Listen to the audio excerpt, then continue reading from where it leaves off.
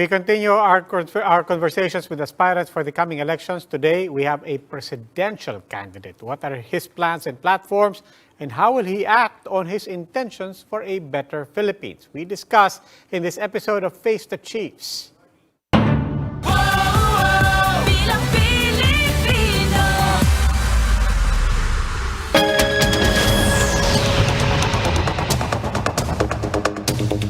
Please stay tuned. We will be joined by our guest and the other chiefs when we return.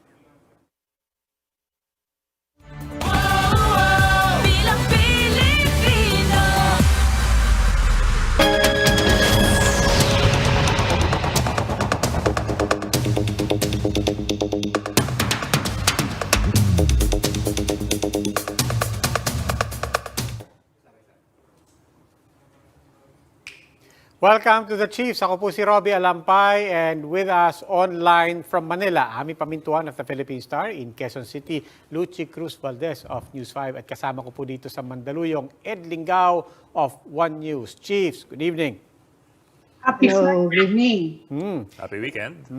And didiretso na tayo, bagamat official start na ng kampanya for local elections as well. Tonight, ang kakausapin po natin isang kandidato sa national post, no less than the presidency, facing the Chiefs tonight, Democratic Party of the Philippines presidential bet, Jose Montemayor Jr. Doc Joey. Good evening po. Welcome to the Chiefs. Magandang gabi po at sa lahat ng mga nanonood at nakikinig ngayong gabi ito. Good evening, Doc. Good evening po. Good evening. Doc, notwithstanding all of the debates, all of the forums, hindi naman po kaila. Isa po kayo sa mga hindi masyadong kilala ng taong bayan. Konting pakilala lang po, and the reminder to people who you are and why you're running for president. Hindi po totoo yung hindi ako kakilala. No? Depende kung sinong public. No? Kagaya nga sabi ni Professor Clarita Carlos, depende kung sinong sinasabi yung public. No? In the realm of public administration, baka sinasabi niyo yung mga fake crowd, no, yung mga maingay, hindi po 'yan, ano. Depende kung, for example, tumingin kayo sa mga health community, kilala ako, no. Of course, sa boxing crowd, hindi tayo masyadong kakilala. Pero so depende po, no. Hindi naman ibig sabihin na hindi tayo nalalagay sa media, hindi tayo kakilala. Minsan kasi ang responsibility nasa media rin, no? Nakatutok sa mga sikat, no? Kagaya kanina, habang nag-oobserba ako, lahat ng ingay na yan, ang media lang naman nagpapahandar niyan, eh. Pero kung titingnan mo talaga yung competence, wala naman yung mga mahingay, eh. Okay nga po. Dito na lang po doon sa sabihin na natin sa mga hindi nakakakilala sa inyo. Pakilala po muli. Ano po kayo? Ano po ang pakilala nyo sa mga hindi pa kayo nakikilala? Okay, ako po si Dr. Attorney Joey Montemayor, isang cardiologist, internist. Isa rin po akong practicing lawyer. No? Economist din ako, and author of more than 200 books. Ako rin po ay isang professor in 38 universities, past, present. Yan po yung mga law, teaching law, medicine, criminology, MBA, and doctoral studies. Sir, I've been reading a bit about you. You have quite a colorful background. I think in one of your interviews, you said you have 7 doctorates, among other things. And of course, you are a Well, lawyer. that includes honoris causa also. I have PhD in public health, honoris causa sa Italy. That includes everything about doctoral. I have PhD in economics, PhD public administration. Meron din ako kasi born again ako, PhD in ministry. And I think you have a master's in divinity. If I read Master's in correctly. Divinity, International Master of Law also, the Ateneo. And Master MBA at the University of the Philippines. What's the reason for you collecting all of these? Well, that is a preparation for being president. I planned that from the very start. When you say you planned from the very start, how Elementary. far back? From elementary, I was then in public school in Pampanga. Then I planned that, but my father told me that before becoming lawyer, you must be first a doctor, so that you will you can be near those poor people performing medical missions. And also, well, for now, even in law, I do pro bono work. Nabanggit nyo nga po na kilala naman kayo ng public, no? Pero going by the surveys, saka yung yung mga crowd attendance, medyo kulang nga po. Ngayon, we're 2 years into the pandemic. Dapat sana mataas yung name recall ng mga doktor, ano? Pero sa nakikita nyo ngayon sa reaction sa inyo, saka even with the other candidates na doktor for national office, si Dr. Willie Ong, si Dr. Mengita Padilla, mababa din sila. Ano po yung masasabi nyo sa ganyan ngayon, sa kampanya? Kasi po yung survey na pinagdidependihan nyo, no? These are false and fake surveys. No? For example, kinwestiyon ko rin yung kakilala ko yung mga nagko-compose ng SWS. Kilala ko yung ibang mga tao dyan, no? Mas doktor pa sila sa amin pagdating ng mga figures nila, no? Opo, mas surgeon sila, no? Ang false Asian rin, ganun din, no? So, meaning, kayo mismo hindi kayo naniniwala, no? Kasi kung kapani-paniwala yan, wala nang tatakbo. So, meaning, kahit kayo, alam nyo, na these are mind conditioning processes. Alam nyo po, pinag-aralan ko mismo, no? Economist ako, at saka MBA ako, pinag-aralan ko yung mga survey. Wala pa 1 to 3, top 3 na naging presidente except ERAP dahil nga sikat siya. Pero all those, dati ang number 1, Binay, Grace po, Maroas, hindi man kilala si President Duterte. So, being popular is not a hindrance. Being not popular is a hindrance. Sir, that is true, but that's a sweeping statement that you just made. You just branded all the survey firms, including Pulse Asia. You specified Pulse Asia, you called it False Asia. Well, as far as I am concerned, concerned, yes. Talked about SWS. Yes, as far as I am concerned. But what is your basis for deriding all these surveys? Also, you said na hindi nananalo yung nasa top nila. Hindi po nananalo. But sir, if you go by all the previous surveys, dun sa last survey nila, almost all the time. No, you are wrong. That is only an afterthought after all those things. Alam niyo po, Maroas, Binay, Grace po. Grace po, Maroas, Binay. Pagkatapos, si Duterte nga from the very start, 7th siya, kung hindi namatay si Miriam at saka si Roy Yes, Senyeres. remember, surveys are a snapshot in time. You're talking about survey results by December of the previous year of the election. We're talking about the surveys just before the elections. Well, and these have been reflective exit of the polls, results. mga ano na yan eh. Siyempre, We're not talking about exit polls po. We're talking about surveys yes, before the elections. I understand. Kasi alam nyo, napo-force na lang ilagay dyan because that is the truth. Ano? Pero tandaan nyo, a real survey, kagaya sa Amerika, must reflect the opinion of the people, the choice of the people, at least mga 3 months before the election. Pero sila hindi. Alam naman natin, kung sino nag-commission, siya yung magtatap. Tingnan nyo si Manny Villar. Number one. Pagkatapos lumabas, number 3, number 4. Si Binay, number 1, number 4. Si Grace po, number 1 palagi, consistent, number 3. So meaning, if you look at them in details, talagang wala ka namang maasahan diyan. Tanggalin nyo yung, yung induction ng pera. Walang magko-commission, yun talagang real sentiment ng mga Pilipino. Yes, sir. Talagang magre-reflect diyan ako Hindi, sir, we'll just, para hindi tayo paikot-ikot dito. We'll just have to say that, first of all, just to clarify, the surveys that are conducted by SWS and Pulse Asia, merong mga commissioned, pero yung mga rinalabas nila, these are not necessarily the ones that they put their name that to is it your are opinion. No, it's not an opinion. We've had them as guests, as resource persons, as experts Hindi, many times. And- why don't you- Sir, the survey results that we're are made trying public to- are not an opinion. They are released No, why don't you before- invite me with them? No. You invite me with them so that, alam niyo po ako, No, sir. MBA No, ako. sir, let's start off No, with the facts. Let's start with the facts. Let me be clear also. I'm just trying to move beyond this point so we can talk to you about your agenda. We just have to also be on the record that we have interviewed these gentlemen and women from SWS and Pulse Asia as credible survey firms. And I just want to clarify also that bukod sa mga commission surveys, and there are, the ones that they put their names to are not paid by any particular party. Okay, but no. With all due respect, sir, I'm moving this also for your sake, para we can talk about your agenda and we can talk about your platform. Okay. So I want to move to that para we don't waste that time also. No? So let's get back to your ano po ang plataforma ninyo? Ano po ang agenda ninyo sa pagtakbo sa pagka-presidente? Actually, marami po no. If you will just, I know by this time dapat nakapag-research na kayo. No?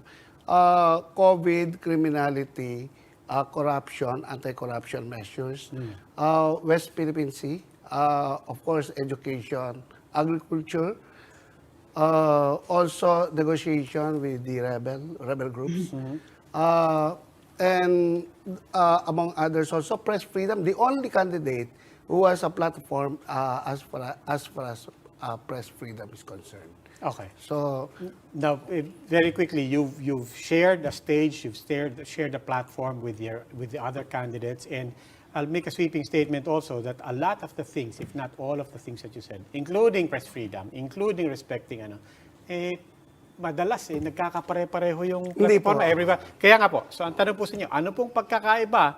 Tayo, isa-isahin po natin, no? Isa-isahin po natin. Let's take poverty alleviation. Ano pong pinagkaiba ng programa ninyo sa iba? Because everybody says they want to lift people out of poverty. well, poverty alleviation, of course, we have to open the economy. No? We have to create more jobs.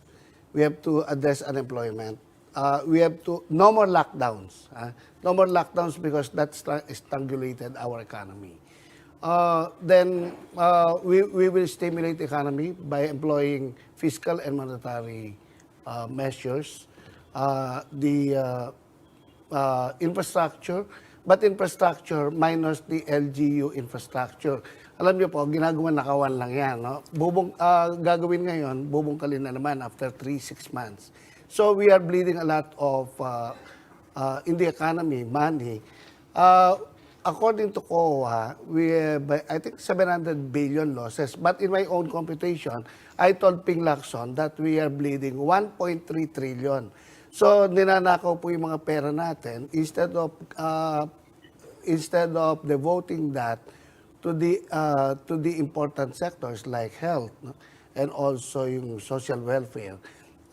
We can only do that, number one, by promoting programs for to alleviate poverty and also improve unemployment, jobs for all. And also, but we have to control also corruption. Because without that, no amount of money can address that kind of situation. Yes, Paano niyo gagawin yun? Corruption. Tagal na pong pinapangako. Lahat na po ng presidente na kumandidato at nanalo. Yan po pinapangako. Pero hanggang ngayon po, kayo na rin po nagsabi, walang pera dahil sa mga magnanakaw. So anong gagawin ninyo kaya as far as your corruption fight platform is concerned?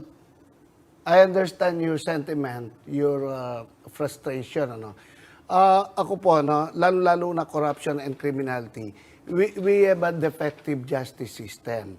Alam niyo po, pag nag-file kami sa ombudsman, napakatagal bago ma-determine ang probable cause. At mamaya after 2 years, wala pa rin. Lalo with the present ombudsman.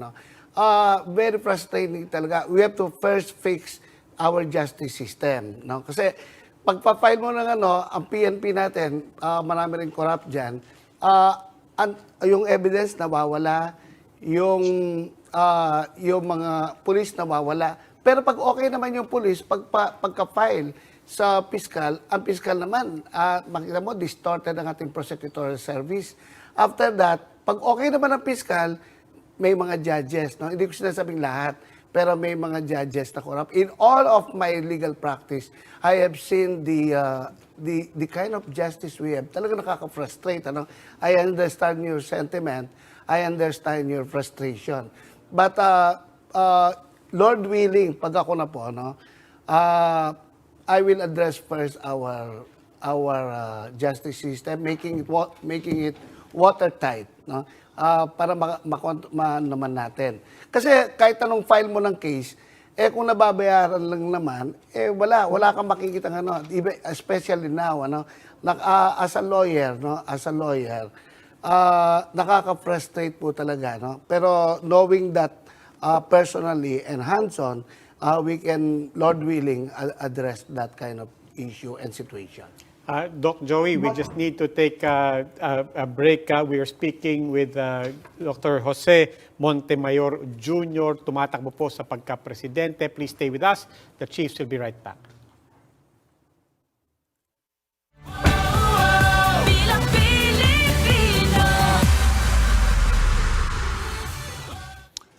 Welcome back to the Chiefs on One News, and with us is Democratic Party of the Philippines Presidential Bet Jose Montemayor. Sir, as you said a while ago, you expect us to have done our research. So, I did a bit of research a while ago before we went on air. You were quoted as saying, actually you weren't quoted as saying, because I saw the actual interview, that you intend to cut ties with China if you get elected, as in completely cut ties with China. I'm wondering if there's anything that needs to be qualified there, or are you talking about a complete cut en toto with China, considering that it's our largest export market, it's our foremost import market, and we're talking about $52 billion in trade between the Philippines and China in 2020. So it's a significant chunk. Okay, thank you for that. Alam niyo po, no, 241 protests sa kanilang incursion sa Philippine territory, no, impinging on our sovereignty. Alam niyo, niloloko natin. Kung talagang partner tayo, kung talagang kaibigan tayo, no, hindi tayo lolokohin ng ganyan. So, cutting those, no, yung diplomatic relation natin, except, meron tayong meron tayong contract sa kanila. For example, may mga commercial contracts. Siyempre, i-respect natin yan because of the sanctity and also inviolability of contracts. Now, gagawin ko talaga yon kasi makikinig lang sa atin yan if we are serious. Alam nyo, parang sumisigaw ng wala si Lorenzana at saka si Secretary Locsin. So, ang ibig sabihin, hindi sila seryoso sa atin. Unless and until nagawin natin, i-cut natin ang relation, now they will listen. Sir, when you talk about cutting relations, are you talking about diplomatic relations lang or diplomatic and economic relations with China? Diplomatic po yung relations, Pero we will of course preserve those contracts that were already signed and that were already perfected. Of course. So primarily diplomatic, but of course may impact po Trade. yan. May impact po yan Meron dun po, sa trade. kaya nga ikakat natin para may impact. Kasi kung wala ring impact, there's no use cutting that. Isa pa, siyempre, we have to be friends with everybody also. We will also be friends with Quad, and we will also be friends with AUKUS. Ang economic relation natin sa ASEAN, I will propose military cooperation also. Nothing wrong with that. Hindi naman ibig sabihin na kinat natin ang diplomatic relation. We are declaring war. That is not automatic. Pero ang ibig ko lang sabihin, kagaya niyan, last week may incursion na naman. May masasabi pa tayo? Wala. Kasi nga, alam nila na hindi naman tayo pakikinggan. Alam naman nila kahit na 1 million pa yan, hindi tayo pakikinggan. So, given that kind of attitude, kailangan ng isang leader sa Pilipinas, yung talaga mamumuno. Hindi ako mainit ang ulo, pero we have to balance also. Is our friendship anchored on sincere agreement? Kasi kung puro 241 protests, ni minsan hindi man tayo pinakinggan. Yes, sir. I think, sir, everybody feels you on that. Everybody feels agitated about what's happening. But my question has to do with this. Who would be impacted the most by cutting relations with China? Kasi I remember in 2012 or 2013 when we had a showdown in Scarborough Shoal, China retaliated by simply not accepting our banana imports. And it was our banana farmers who bore the brunt of that standoff, and in the end, we were forced to give up. and surrender in quotes. So yun po that might be the question that would follow your proposal na if we do cut relations with China, sinong susuko? Baka huli, unless you've done your numbers, and I would appreciate if you have done your numbers and you can tell us, sino yung mas malidehado in cutting relations? Okay. Alam niyo po, bago naman maraming kukuha sa bananas natin, hindi naman tayo nagsasurvive because of China. No? We can have a lot of relations. For example, Japan, Korea. Alam niyo, may paglalagyan tayo dyan. It's just a question of opportunity cost. Now, kung hindi natin pipiliin ang China, siguradong meron tayong market sa ibang bansa because hindi naman tayo nagsasurvive as Filipinos because of China. No. There are other countries willing to accept our bananas. So, huwag tayong susuko. Ang kailangan lang, bigyan nating importansya rin yung ating dignity as Filipinos. Doc, gusto ko kayong tanungin tungkol sa political reforms na naiisip niyo. Pero bago yon, I watched you dun sa COMELEC debates. Nabanggit niyo na, sabi niyo, kapag hindi kayo nagsama-sama yung mga non-administration candidates, sigurado mananalo si Bongbong Marcos. Kung magsasama-sama kayo, sino kaya ang dapat backupan ng mga candidate na isang common candidate na naiisip niyo? Yung una po, hindi ako nagsabi niyan. Tingnan nyo, sabi ni President Duterte, 2 abogado. Pero ang talagang practicing lawyer, ako everyday, kahit na tumatakbo akong presidente, nag-hearing pa rin ako. Hindi ako So, doktor ako, sino mo makakapag-address sa COVID? So, palagay ko ako ang iniisip nila. Pero, I haven't proposed any method na kami magsama-sama. Unang-una, iba-ibang plataforma namin. Iba-iba yung prinsipyo ng aming partido. So, there is no cohesion in that.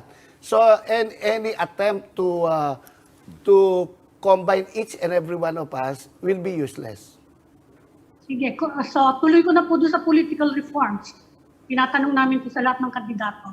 Sa nakikita nyo ngayon while you are campaigning, ano po ang isusulong nyo kung sakasakaling manalo kayo by way of reforming our political system?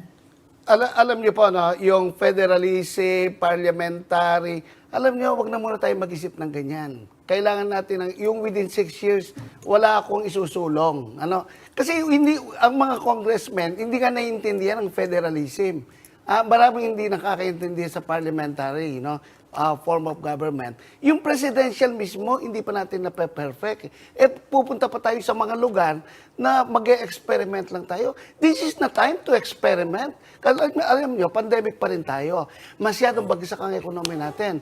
To experiment on those political reforms, it is a catastrophe. So, ang gagawin ko po, status quo muna, i-reinvigorate natin yung economy natin, and by God's grace, kung makarecover tayo, then siguro after 6 years, probably the next administration can delve on that. But yung next 6 years, Lord willing, kung akong pipiliin ng Panginoon, kasi hindi naman pumipili ang tao. Tandaan natin, ang tao bumaboto lang, pero ang Diyos ang naglalagay. Yun po, ang gagawin ko, wala muna, status quo. Basta presidential form tayo, no experimentation on whatever kind of system that they want. Tama na po yan. Mag-concentrate na muna natin on helping our economy. Doc Attorney, alam nyo, madalas nyong mabanggit ang tungkol sa bakuna. Parang talagang sobra kayong against, anti-vaxxer for COVID at least. At parang ginagawa yung major, sabihin na natin, take-off point ng inyong magiging action sakaling kayo'y mahalal. And even now, talagang sinusulong yung advokasang yan. Bakit ho kayo sobrang hindi believe? Gayong nakikita naman ng lahat na sa mga nabakunahan, lalo na dito sa NCR, ay mukhang naging maganda naman at maayos at wala naman mga nai-report na major infection na sinasabi yung resulta ng bakuna. Pakipaliwanag nyo nga po. Okay, mali po yung premise na sinabi nyo. hindi po ako anti-bakuna. Ako po yung doktor, ano? Pero anti-mandatory ako. COVID. Anti-mandatory. I see. Anti-mandatory po ako. Alam niyo po, hindi ko inano na wag kayo magpabakuna. Yung mga gusto magpabakuna, i-explain natin mabuti, pwede magpabakuna. Pero forcing them to be vaccinated is wrong. Number one, experiment pa lang yan. Anong category ng WHO? EUL, Experimental Use Listing. And researcher din po ako. And when you have that kind of situation, hindi pwedeng gagawing guinea pigs kayo lahat unless you are willing to become guinea pigs. Number two, you are no longer in the realm of medicine or health if you are forcing them to be vaccinated. You are already stepping on the line of constitutional freedoms. Number one, freedom to travel, freedom of choice. No? Ito pa yung sinabi ko sa mga government lawyers in our argument. No? Sabi ko, sabihin mo, governmental regulation yan. Dadagdagan ko pa kayo, parents patria. No? Pero tandaan nyo, sabi ko, human rights are inherent. Yung mga governmental regulation, hindi naman inherent yan. Nandun lang sa Constitution. Now, our inherent human rights are fundamental. They are inalienable. They are indivisible. So, without those rights, we cannot be called human beings. Now, huwag niyong ipilit sa mga, alam niyo po, kaya nagkakamatayan, dahil nga sa mga pagpilit, tingnan nyo lang, bypass na lang para malinaw. Pag nag-angiogram ako, sasabihin ko sa pasyente, alam mo, pwede kang, importante po sa'yo, ma-bypass. Alam nyo kung bakit marami namamatay sa bypass? Ito po, pag ipinipilit ng doktor sa pasyente, ay kailangan ka ma-bypass, baka ka mamatay. Mali yun. Kaya nga merong informed consent. Give them what you prescribe and give them the alternative measures that you want if they refuse. Kaya lang ginagawa ng hindi raw mandatory pero you are requiring them to pass vaccination card.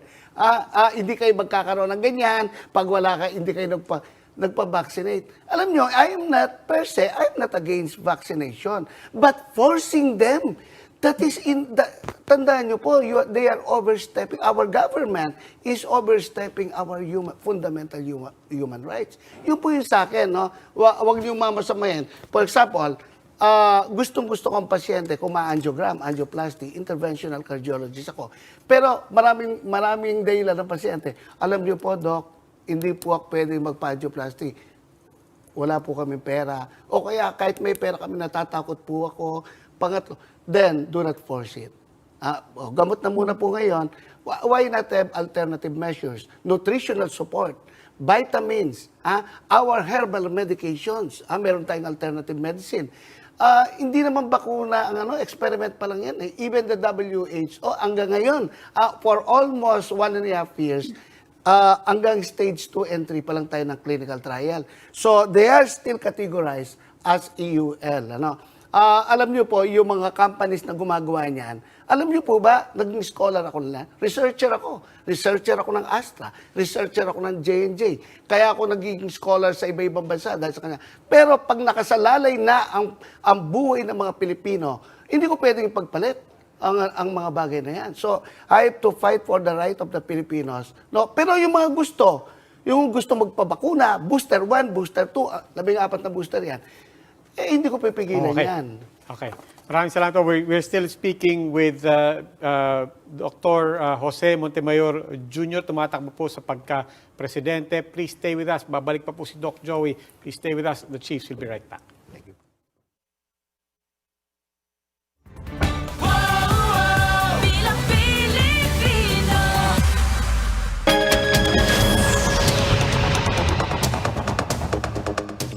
Welcome back, the Chiefs here on One News. We're now in the final stage of our conversation, and still with us, Democratic Party of the Philippines presidential bet, Jose Montemayor Jr., Doc Joey. Sabi niya, tawagin niyo na lang siyang Doc Joey. Doc Joey, before the break, may tanong po si Luchi sa inyo. And let's rephrase it, let's repeat it, and also, how, if you become president, sa lahat po ng isinusulong nyo, para sa mga magsaka, para sa mga mahihirap na, ipagsama-sama natin, how do you deal with sa isang, paano kayo makipagtrabaho sa isang kongreso na puro Panginoong may lupa, puro kapitalista, at lahat may vested interest? Paano niyo ipaglalaban yung maliliit na mga tao? Puro malalaking tao yung mga kailangan yung katrabaho sa kongreso. Well, bawat problema po I see a light, I see opportunity. Alam niyo po, pag naging presidente ka, lahat ng mga congressmen at governor gusto makipag-affiliate sa iyo, no? Yun po, that is a reality. Gusto makipag-sumama sa iyo, lahat po 'yan.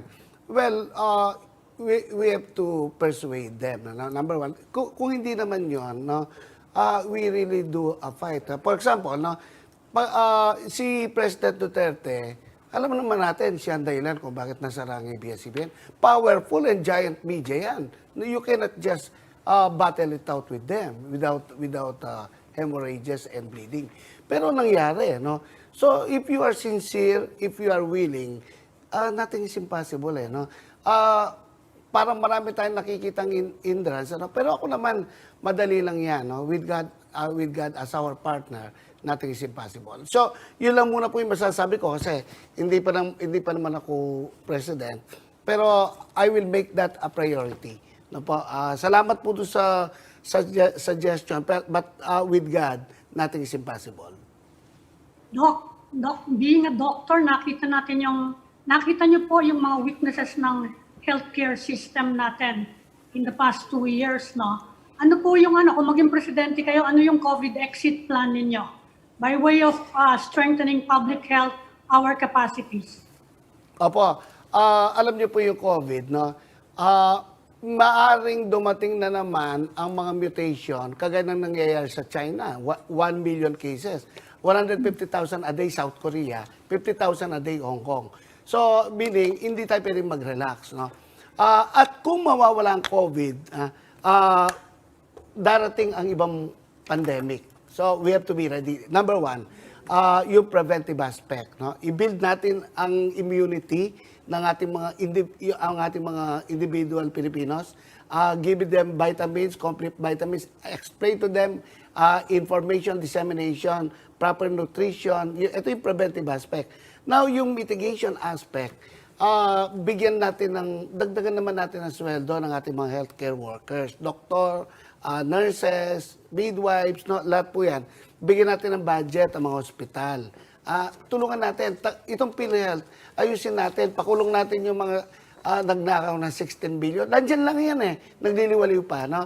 So, madali lang naman recover yung attach their properties. So, we have to be willing to do all those sacrifices para ma-attain natin yung transition from COVID to a new normal.